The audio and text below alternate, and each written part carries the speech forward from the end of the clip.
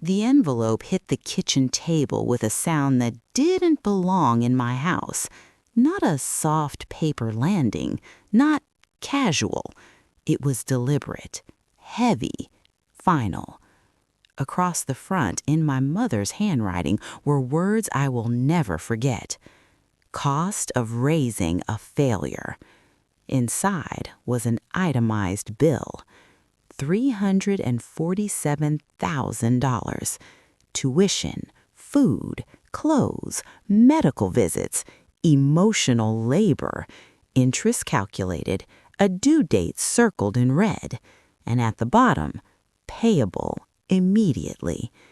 My hands were shaking so badly I dropped the papers. I didn't cry, not yet, because the part that shattered me came next. A voicemail notification lit up my phone. It was from my grandmother, and what she said was far worse. Pause. Welcome to my YouTube channel. This is my story of betrayal, and if you've ever trusted the wrong person, hit that subscribe button because you are not alone. Here is how it happened. I never thought my life would turn into one of those stories people listen to in silence, jaw clenched, whispering, "No mother would do that." I used to believe that too. I was reading comments on my YouTube videos the other day, and I realized I wasn't the only one who grew up thinking love was conditional, but didn't know the invoice would arrive one day. Because that's what this was, an invoice for existing. Let me rewind. I grew up in a house where achievement was oxygen. You didn't breathe unless you earned it. My mother loved results, not people. Grades were currency, silence was punishment, affection came with footnotes. When I was 6, she taped my report card to the fridge. When I was 7, she taped my cousin's report card next to it. He did better. She circled his grades in green, mine in red. Motivation, she said. By 13, I learned how to disappear. I learned to speak carefully. I learned that asking for help came with a cost. But I still tried. God, I tried. I worked 2 jobs in college. I paid part of my tuition myself. I moved out early to stop being a financial burden. And when I failed, when life didn't follow her spreadsheet, I knew she was disappointed, but I didn't know she was keeping receipts. The envelope arrived on a Tuesday. No warning, no call, just the bill. At first, I laughed, not because it was funny, but because my brain refused to accept it. Who sends their own child a bill for being born? Then I read it again, slower. $38,400, food, ages 0 to 18. $22,000, clothing and shoes. $64,000, education before scholarships. $18,600, wasted time and opportunity. That one made my stomach turn. But what crushed me most was the note attached. I invested in you expecting returns. You failed to meet expectations. This is the cost of that failure. My knees gave out. I sat on the floor like a child who'd been caught stealing something they didn't know was forbidden, like love. I didn't call her right away, because some part of me still hoped this was a joke, a cruel test, a manipulation tactic. So I texted her, "Is this real?" 3 dots appeared, then disappeared, then appeared again. Her reply came cold and clean. "I was generous. You should thank me for not charging interest." That was the moment something inside me broke. Not loudly, not dramatically, but permanently. I called my grandmother next. She raised my mother as a single parent. She was the family moral compass, the one who used to sneak me candy and tell me, "You're enough no matter what she says." I needed her to say this was wrong. I needed her to be on my side. The phone rang twice. She answered. I was already crying before I spoke.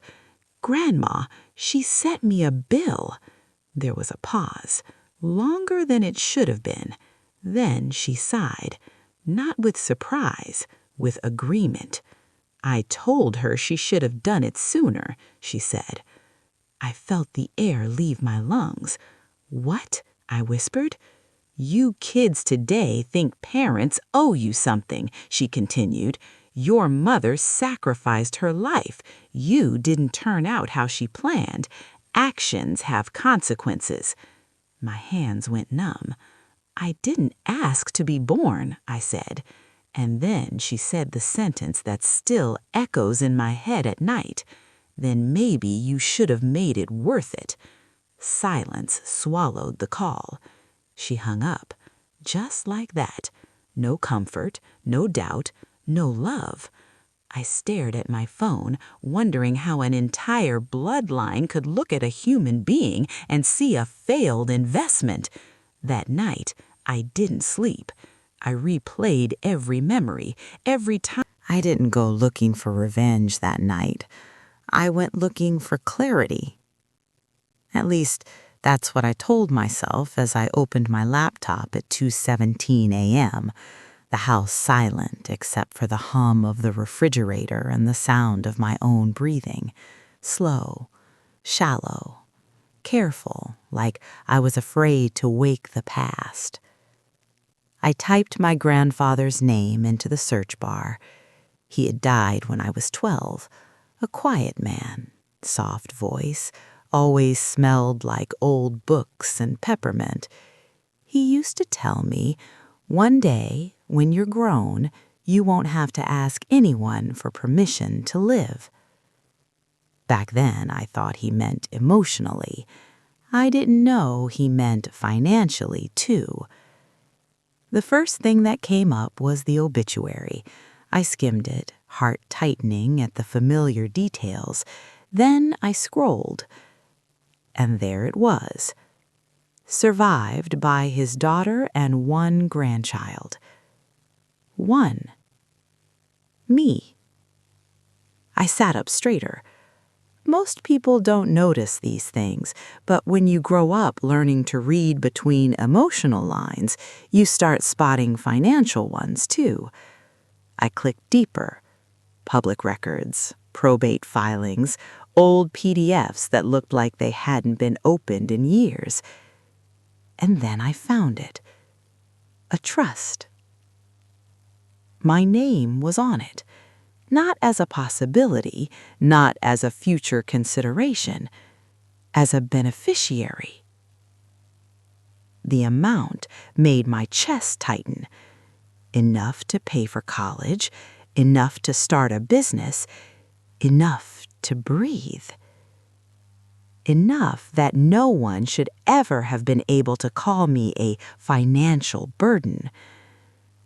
I stared at the screen, waiting for it to disappear, like the bill on my table, like the love I thought I had.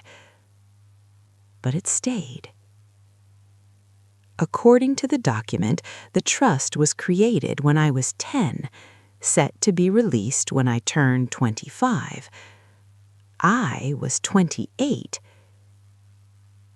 The money hadn't come. Instead, the record showed something else. Transferred to a different account, controlled by a guardian.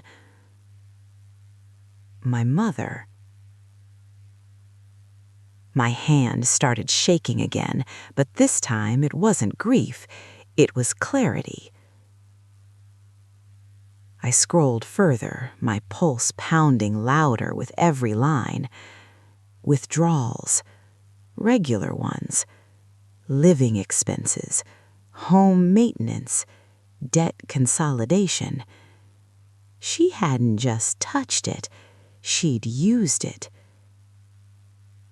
I slammed the laptop shut and leaned back against the couch, staring at the ceiling like it might crack open and explain how this was possible. This wasn't tough love. This wasn't discipline. This was theft dressed up as parenting. Suddenly, the bill made sense. If I paid her $347,000, then no one would ever ask where the trust money went. It would all balance out. Neat, clean, cruel. I didn't confront her right away. I needed proof.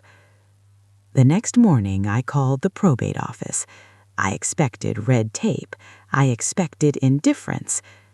What I didn't expect was the clerk's tone to change the moment I gave my name.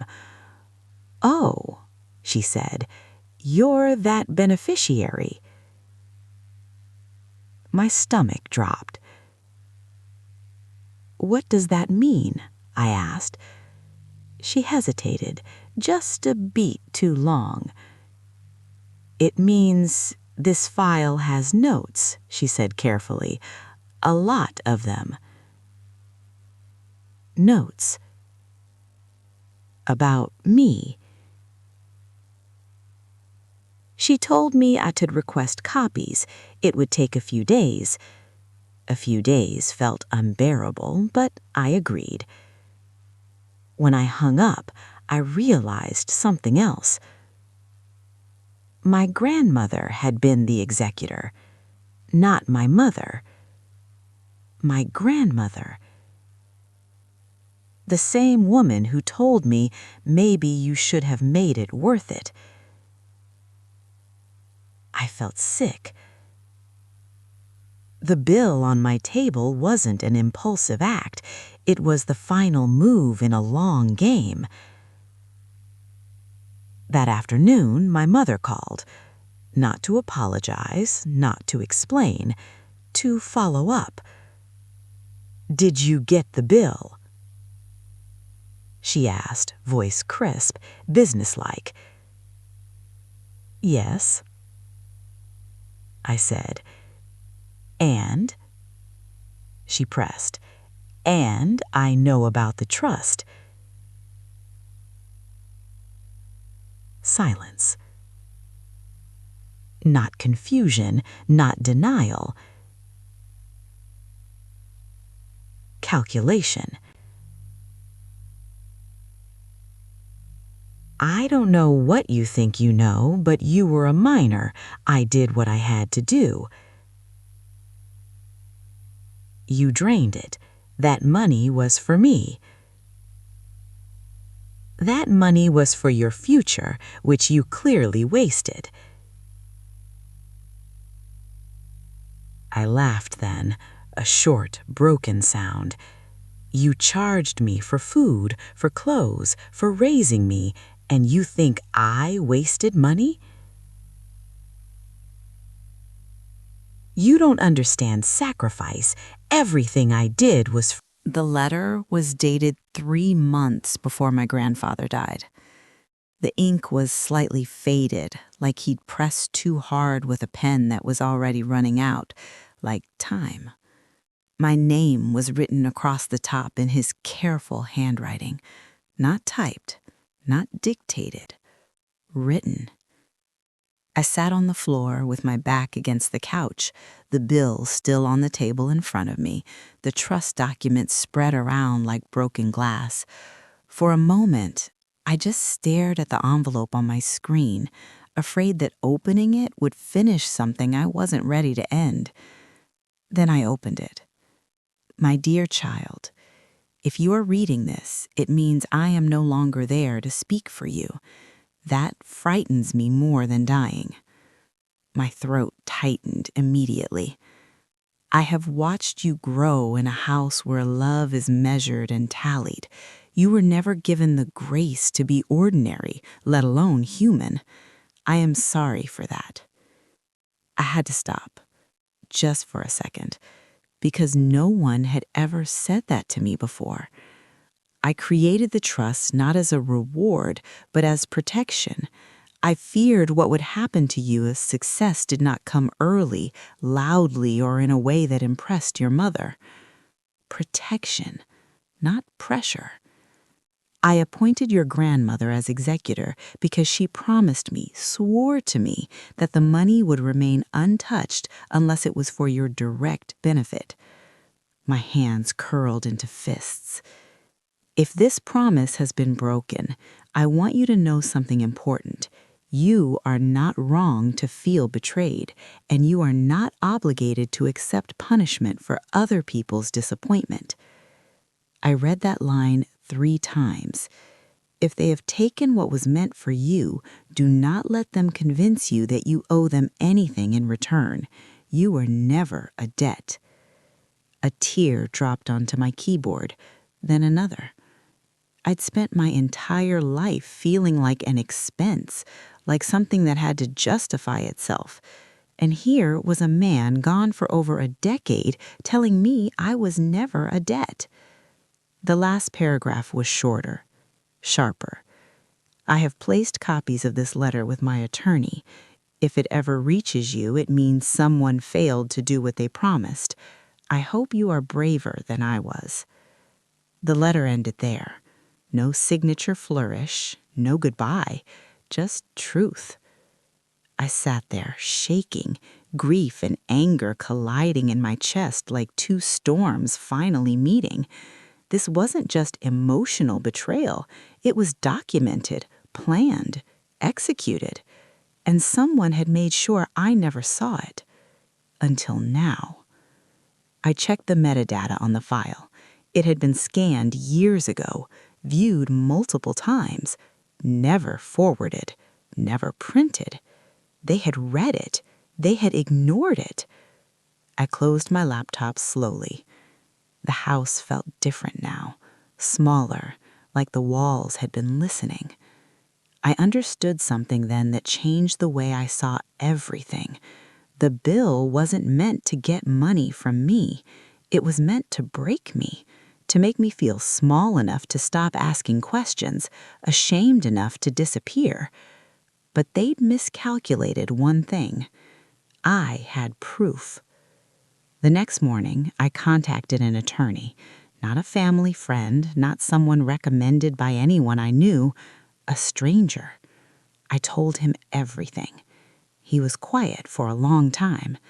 Then he said, "This is significant." Those words felt like oxygen. "There are clear breaches of fiduciary duty here," he continued, "and the letter strengthens your position." "What about the bill?" I asked. He almost laughed. "That bill has no legal standing," he said, "but it does establish intent." Intent. That word stayed with me. That afternoon, my grandmother showed up at my door. No call, no warning, just a knock. I opened it before I could change my mind. She looked smaller than I remembered, older, but her eyes were the same, sharp, assessing, already calculating what version of the story I believed. "You shouldn't have gone digging," she said, stepping inside like she still owned the place. "I found the letter," I replied. Her jaw tightened. "That was private. It was written to me." She waved a dismissive hand. "Your grandfather was sentimental. He didn't understand what it takes to raise someone like you." "Like me?" I asked. She sighed as if I were exhausting her. "Average, unremarkable. We had to be realistic." "We?" "I trusted you," I said quietly. She met my eyes. No apology there. "And I did what was necessary," she replied. "That money kept this family afloat." "You mean it kept you comfortable," I said. Her expression hardened. "Do you want to tear everything down over money? Is that who you are?" I thought of the bill, of the word failure, of the trust drained in silence. "No, I want the truth." She laughed then, a brittle sound. "You won't win. No one will side with you. Blood always protects blood." She turned to leave. At the door, she paused. "Drop this, or you'll lose what little family you have left." The door closed behind her. I stood there shaking, not from fear, but from clarity, because in that moment, I realized something terrifying. They weren't afraid of losing me. They were afraid of losing control. That night, my phone buzzed again. The screenshot stayed on my phone long after the screen dimmed. My bank balance, down to the cent. A private number had it. I checked my accounts immediately. Nothing missing, no strange withdrawals, which somehow made it worse, because this wasn't theft, it was a warning. I slept with the lights on that night, not because I thought someone would break in, but because I needed to believe there was still a line they wouldn't cross. By morning, that illusion was gone. I called my attorney as soon as his office opened. "They sent me my bank balance," I said, "from an unknown number." There was a pause. "That changes things," he replied. "How bad?" I asked. "Bad enough that you need to stop handling this alone." By noon, he had me sitting across from him, documents spread out again, only now they weren't just records of the past, they were shields. "What they're doing is intimidation," he said. "It suggests access to information they shouldn't have." My grandmother never worked in finance. My mother barely understands email. He nodded slowly. "Then someone helped them," he said. That idea hit harder than anything else so far. This wasn't just family betrayal. This was coordinated. He advised me to lock down everything: new passwords, two-factor authentication, credit freeze. As I signed forms, my phone buzzed again. This time, it was my mother. I didn't answer. She left a voicemail. Her voice was calm, almost kind. "You're making this bigger than it needs to be," she said.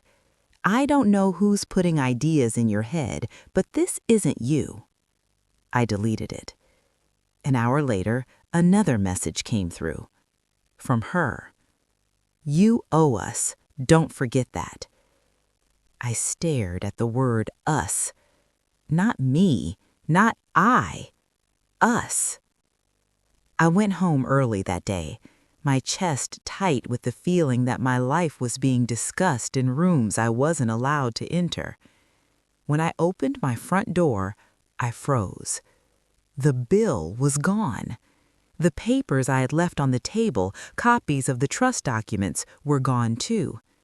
Nothing else was disturbed. No drawers opened, no electronics missing.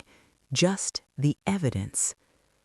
I stood there, keys still in my hand, heart pounding so loudly I thought I might pass out. I called the police. They came, took notes, walked through the house with practiced indifference. "No sign of forced entry," one officer said. "Do you know who might have done this?" "Yes," I said. "My family." He raised an eyebrow. "They have a key?" he asked. I hesitated. "They shouldn't," I said. But I knew exactly who did. My grandmother had never returned her copy. The officer exchanged a look with his partner. "This is a civil matter," he said finally. "You should change your locks." That was it. No report, no follow-up, just advice. After they left, I sat on the floor and laughed. Not because it was funny, but because this was the moment I realized how alone I really was. They'd taken the bill back, not because they regretted it, because they didn't want it seen. That night, my attorney confirmed what I already suspected. The documents I downloaded were backed up, time-stamped, and admissible. They can't erase this, no matter how much they want to. But they could still hurt me, and they were trying. The next blow came 2 days later. I checked my email that morning to find a message from my landlord. "We need to discuss a complaint that's been filed regarding your tenancy." My stomach dropped. I called immediately. He sounded uncomfortable. He said someone contacted us claiming you were involved in financial fraud. They said you might be using the property for illegal activity. "Who said that?" I asked. "They identified themselves as a concerned family member." Concerned. I felt sick. They weren't just trying to scare me now. They were trying to isolate me. Reputation, housing, stability, one by one. I told my attorney everything. "This is escalation, and it's reckless," he said. "What do I do?" I asked. He leaned back in his chair. "You stop reacting, and you start applying pressure." That word again. Pressure. He filed an official demand letter that afternoon. Not emotional, not accusatory, just facts.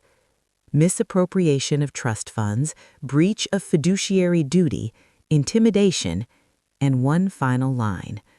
All future communication must go through counsel. I felt the email thread was short, which somehow made it worse. No rambling explanations, no emotional language, just decisions. The subject line read, "Trust Administration Clarification." Clarification.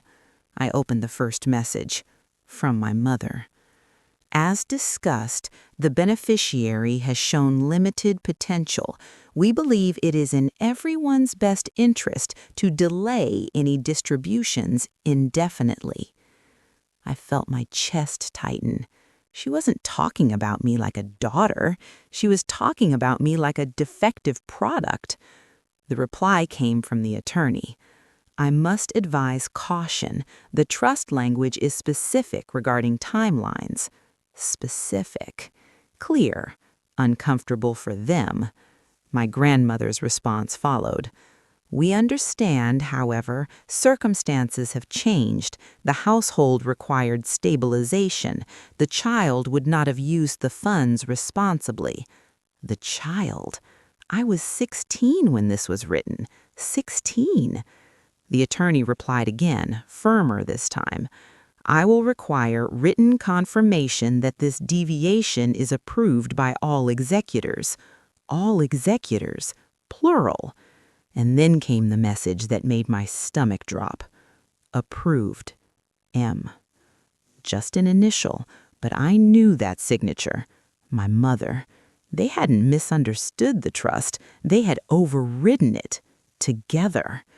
I sat there staring at the screen, the room spinning slightly as years of self-doubt rearranged themselves into something sharper. This wasn't about disappointment. This was about control and entitlement. They decided I wouldn't be worthy of independence, so they made sure I never had it. And now, years later, when the absence of that support showed in my life, they blamed me for the outcome they engineered. The bill wasn't just cruel, it was strategic. I forwarded the thread to my attorney. His response came back fast. "This is extremely serious," he wrote. "This indicates collusion." Collusion? Not a misunderstanding, not poor judgment, a coordinated choice. I felt numb as I read his next message. "If this proceeds to court, they will argue necessity, but this email undermines that defense." I closed my laptop and sat in silence. The part that hurt most wasn't the money. It was the realization that every struggle I'd had, every moment I thought I was falling behind, had been quietly funded by the resources meant to help me avoid exactly that. They watched me struggle and told themselves it proved they were right. That night, my phone exploded. Missed calls, texts, voicemails from relatives I hadn't heard from in years. The narrative had begun.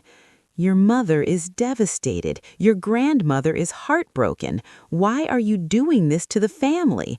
Money changes people." I didn't respond because I knew something now that they didn't expect. They needed me silent. I didn't need them at all.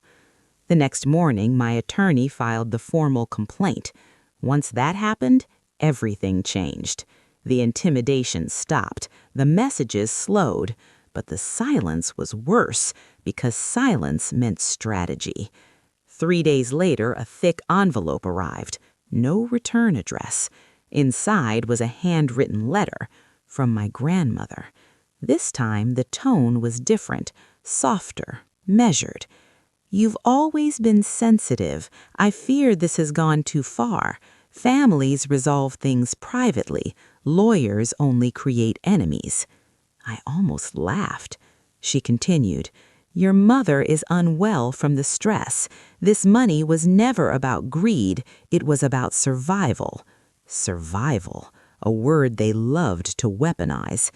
The last line chilled me. "If this goes public, things will be said that can't be taken back."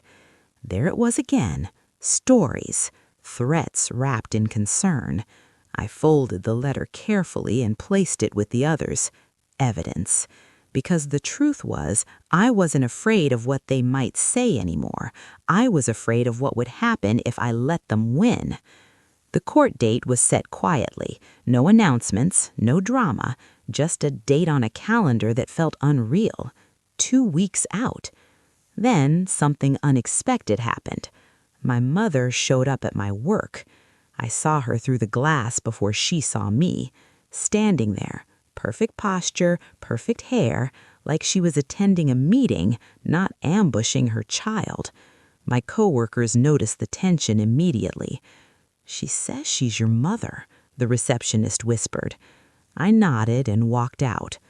We stood facing each other in the hallway. "You look tired," she said. "You look afraid," I replied. Her lips pressed into a thin line. "This ends if you drop it. No one has to know." "I already know, and so does my lawyer." Her voice lowered. "You think—" I stared at the bank statement until the numbers blurred.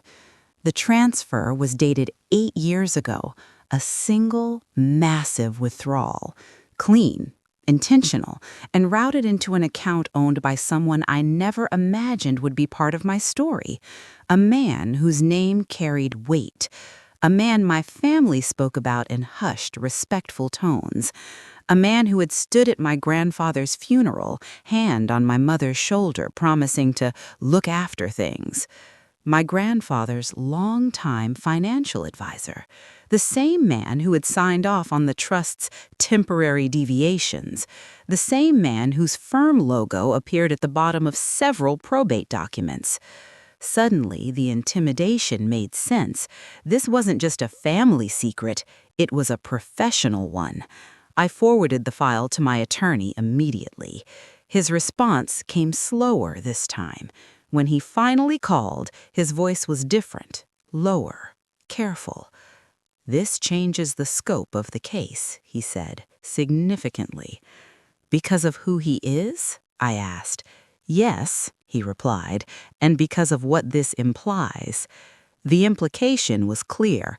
My mother and grandmother hadn't acted alone. They'd had guidance, cover, plausible deniability, someone who knew exactly how far they could bend rules without snapping them, until they did.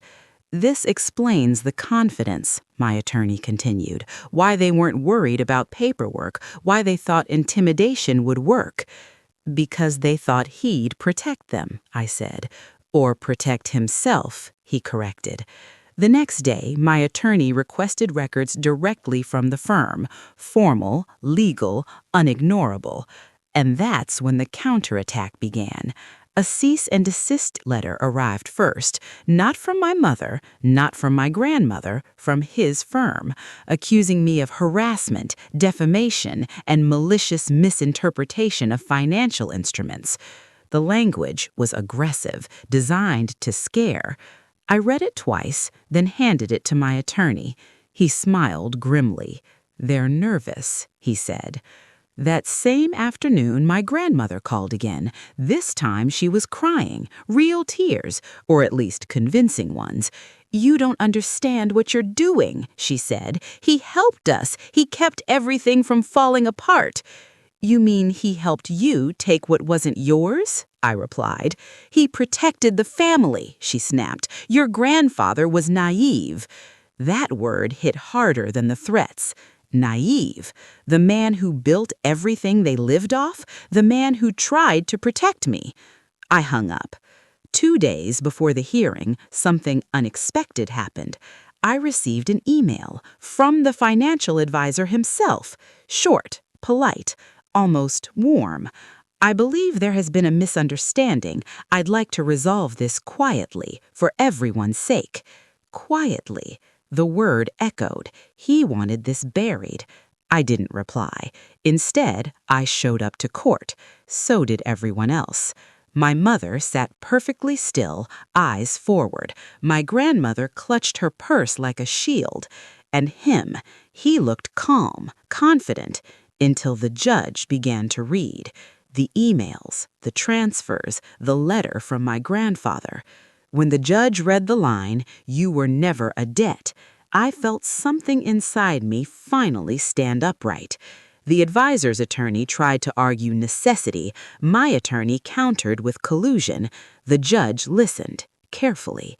Then she asked a question that shifted the room. Why, she said, was the beneficiary never informed? Silence. No one had an answer that didn't sound like intent.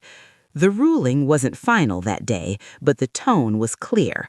An independent forensic audit was ordered, full access, no redactions.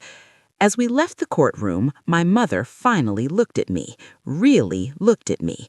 And for the first time in my life, she didn't look superior. She looked scared.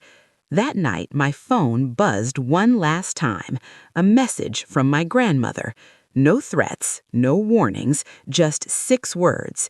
"He says we're all exposed." I stared at the screen, heart pounding, because I knew what was coming next. When people realize they're about to lose everything, they don't retreat, they panic. And panic makes people dangerous.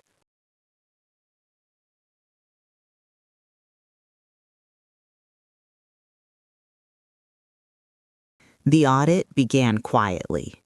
No announcements, no headlines, just subpoenas, sealed envelopes, and phone calls that suddenly stopped getting returned. That's how you know something big is breaking. The advisor's firm went silent first, then my mother, then my grandmother. 3 days of nothing. No threats, no concern, no manipulation. Silence thick enough to choke on. On the 4th day, my attorney called me at 6:42 a.m. "They're turning on each other," he said. I sat up in bed instantly. "The audit uncovered more than just your trust," he continued. "Multiple irregular transfers, pattern behavior." Pattern. That word meant victims, plural. My case wasn't an exception, it was a sample. By noon, the advisor's firm had issued an internal suspension. By evening, a regulatory body was involved. And that's when the pressure exploded. My mother showed up again, this time at my door. I didn't open it. She knocked harder. "I know you're in there," she said through the wood. "We need to talk." I stayed silent. Her voice cracked. "He lied to us," she said through the wood. "It was legal. He said it was temporary." Temporary, like my childhood. "You can still stop this," she pleaded. "You don't understand what they'll do." I finally spoke. "Neither did I said, "when you sent me a bill for being born." The silence on the other side was heavy. Then came the sound I never expected, a sob. Not delicate, not performative, ugly, raw. "I did everything right. I gave up everything," she cried. "You gave up empathy," I said, "and you charged me for it." She slid down the door until she was sitting on the floor outside my apartment. "If this goes forward, we lose everything," she said quietly. I opened the door then, just a crack. You already did, I replied. She looked up at me, and for the first time in my life, I saw her without the armor. Small, cornered, human. But it was too late. That night, the advisor was arrested. No press conference, just a mugshot that leaked online before morning. Fraud, breach of fiduciary duty, conspiracy. The words felt unreal. My phone exploded. Messages from family, from strangers, from people who had seen the court docket and connected the dots. Some apologized. Most didn't. My grandmother called at midnight.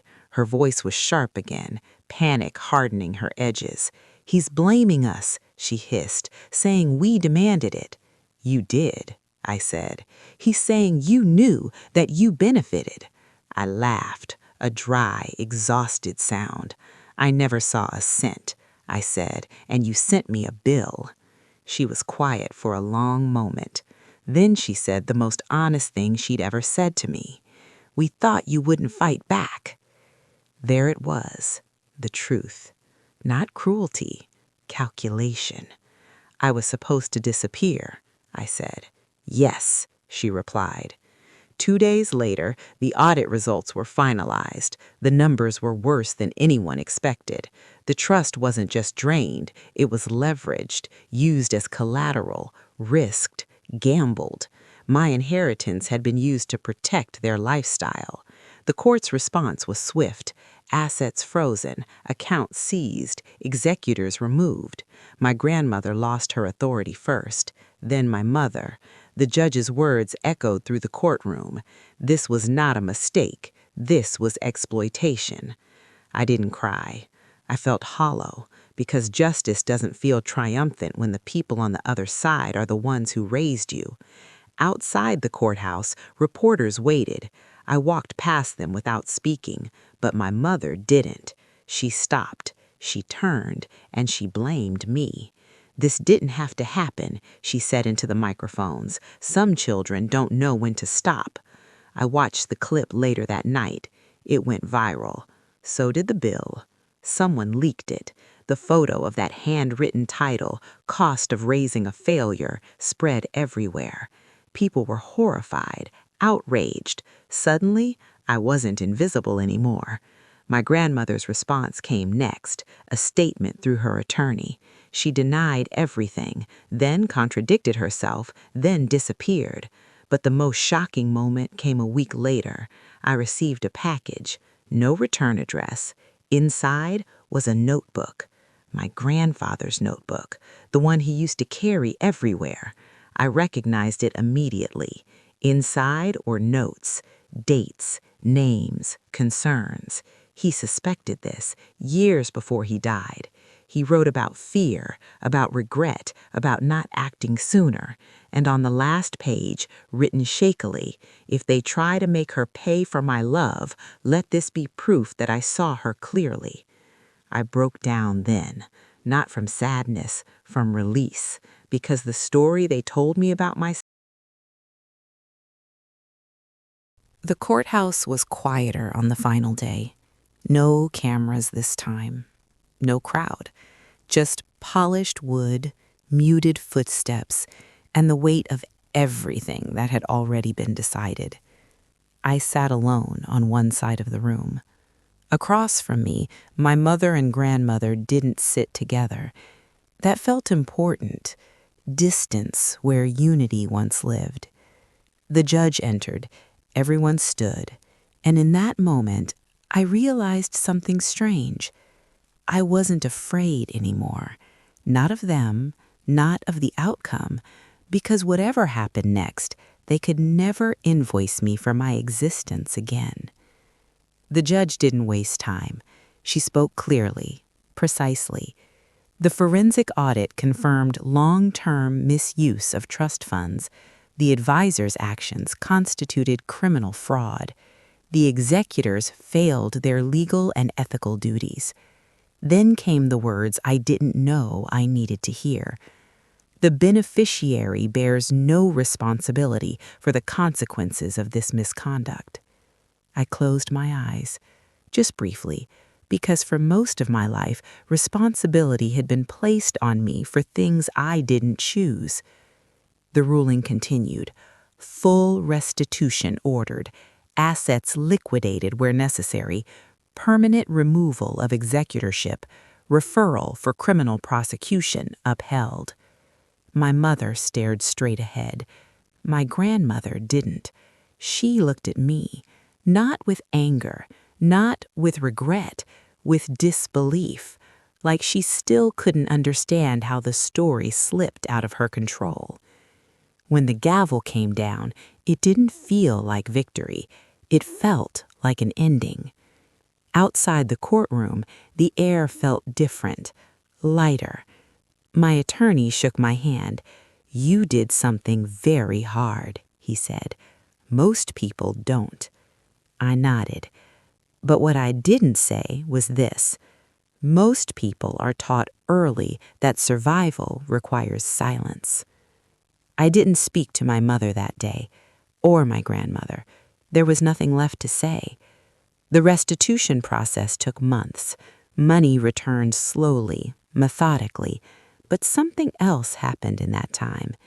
Emails arrived, messages from strangers, from people who had seen the bill photo, read the court summary, heard pieces of the story.